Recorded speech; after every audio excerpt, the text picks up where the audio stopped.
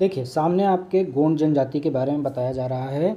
और गोंड जो हैं, जो अपने आप को कोंड कोंड शब्द से उत्पत्ति हुई है इनकी, जिसका मतलब होता है पर्वतों में रहने वाला, पर्वतों के बीचों में रहने वाला। तो आगे जानने से पहले आप एक वीडियो देखिए। जो है वह शब्द की उत्पत्ति, गोंड शब्द की उत्पत्ति जो होती है वो कोयतोर से हुई है। कोयतोर का मतलब होता है माउंटेन, पहाड़ों में रहने वाला। तो पहाड़ों में रहने वाला कोयतोर, जिसका अध्ययन जो है वेरियर एल्विन ने किया था। सामने आपके वेरियर एल्विन जी हैं, ये अध्ययन किए पहाड़ों में रहने वाले। ये पहाड़ का क्षेत्र है, यहाँ रहते हैं गोंड।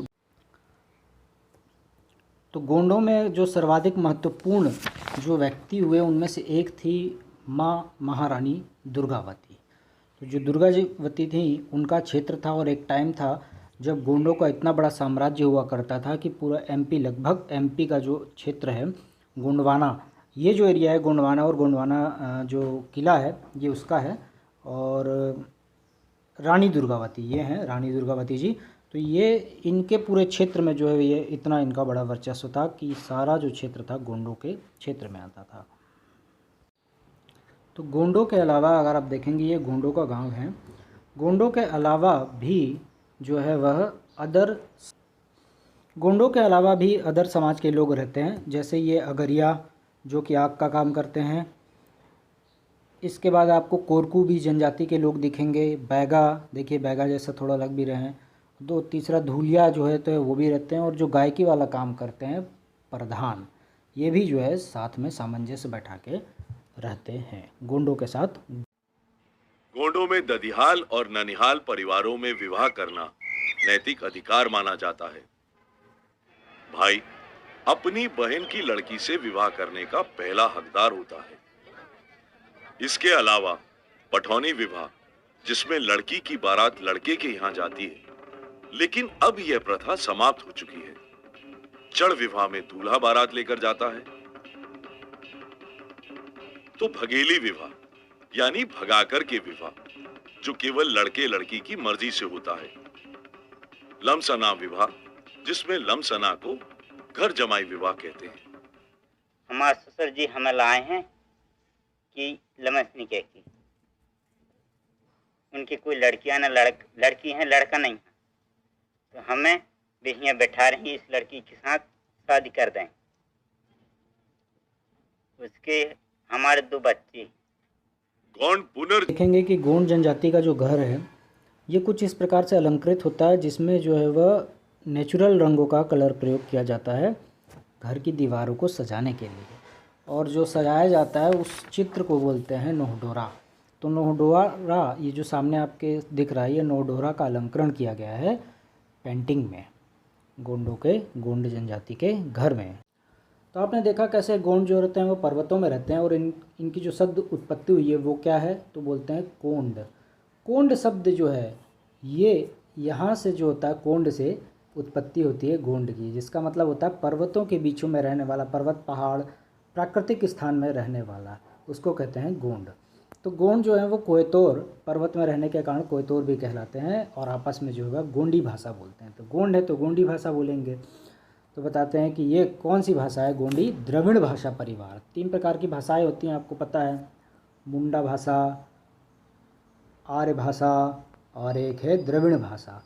3 प्रकार की भाषाओं में डिवीज़न किया गया है हमारे किसमें, भारत में। ये 3 भाषा परिवार हैं हमारे यहाँ, और भाषा परिवार के अंतर्गत 3 भाषा परिवार हैं, और भाषा परिवार के अंतर्गत जो है गोंडी बोली को किस में रखा गया है, द्रविड़ में रखा गया है, साउथ वाला द्रविड़ियन। ठीक। तो पर्वतों में रहने वाला जो गोंड जनजाति है, जो रहते कहाँ हैं, हमारे मैक्सिमम जो इंडिया है, जो हमारा छत्तीसगढ़ है उसके जो होता है साउथ पोर्शन, बस्तर संभाग, पूरा बस्तर संभाग आप देखिए, कांकेर, कोनागांव, कोंडा में है तो कोनागांव बोलते हैं इसको। फिर बोल रहे हैं ये नारायण जी का नारायणपुर हो गया, और बोलते हैं ये दंतेवाड़ा, उसके बाद फिर ये सुकमा एंड जो है वो बीजापुर। ठीक। और ये जो है पूरे एरिया में, मतलब जो बस्तर संभाग है वहाँ इनका मूल स्थान है। तो छत्तीसगढ़ में कहाँ, बस्तर संभाग। बोल रहे कौन सी बोली, गोंडी बोली। उपजाति जो है इनकी टोटल 41 है, और 41 में अगर आप देखेंगे 41 उपजातियाँ हैं, जिसमें कि माड़िया, मुड़िया, अबुझ माड़िया सब आते हैं।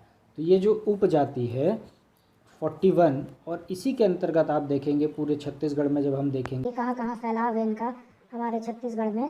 तो अगर आप छत्तीसगढ़ का एक रफ मैप माने तो बस्तर संभाग में ये हो गया, और इन्हीं से बहुत सारी उपजातियाँ निकली जो फैलती गई, और फैल के जो है वह पूरे छत्तीसगढ़ में भी जो है वह इनका जो है वह प्रसार हुआ। और उसी में क्या नाम बता रहे हैं, तो बोल रहे हैं माड़िया है, कुछ माड़िया कहलाएंगे इसमें से, कुछ इसी में से अलग होकर अबुझ माड़िया कहलाए, और कुछ जो है इसी में से अलग होकर मुड़िया कहलाए। तो सारा कुछ रिटर्न आपको मिलेगा आगे, ठीक।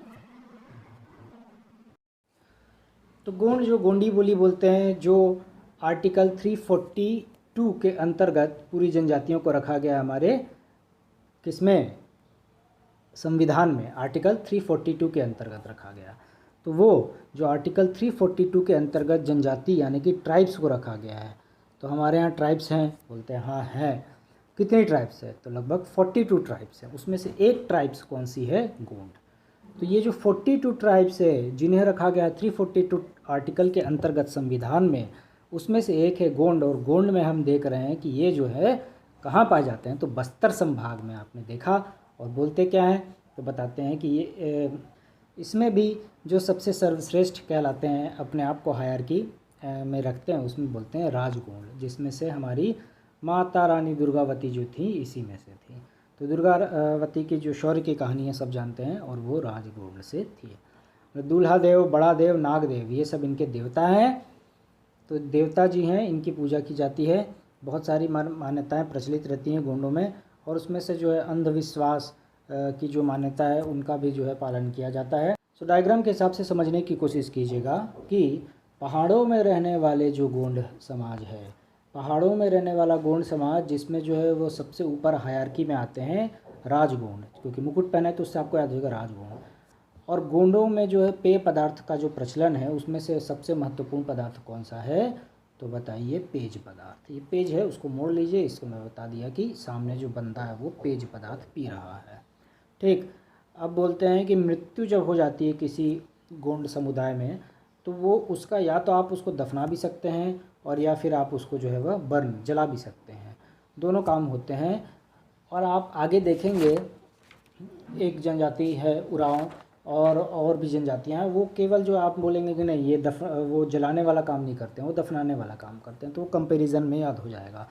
तो दफनाने और जलाने दोनों का काम करते हैं गोंड। तीसरा दिन होता है उसमें कोज्जी बोला जाता है संस्कार में, और जो 10वां दिन है उसको कुंडा मिलान बोलते हैं। तो 10वें दिन को कुंडा मिलान बोला जाता है, और तीसरे दिन को क्या बोलते हैं, कोज्जी। तो ये आपके सामने है, क्या है, कोज्जी और कुंडा मिलान। तो जो गोंड जनजाति है जो कोज्जी और कुंडा मिलान मृतक संस्कार पर करती हैं, वो अन्य संस्कार भी करती हैं, बोले हाँ करती हैं। तो यहाँ देखिए मृतक की जब अग्नि और दफनाना दोनों होता है, कोई शक इसमें, ये यहाँ, और का थर्ड कोज्जी, और 10वां जो कि यहाँ थोड़ा नहीं दिख रहा है कुंडा मिलान है। बोले इनका घर आपने देखा कि नोडोरा का अलंकरण होता है, आपने वीडियो में देखा था। और जो है वह विवाह भी प्रचलित है, ये भी देखा था आपने। दूध लौटावा विवाह क्या होता है, तो बताते हैं ददिहाल और ननिहाल दोनों में अगर विवाह हो रहा है, ददिहाल वाले घराने का और ननिहाल वाले घराने का, तो बोलते हैं कि ये क्या है, दूध लौटावा।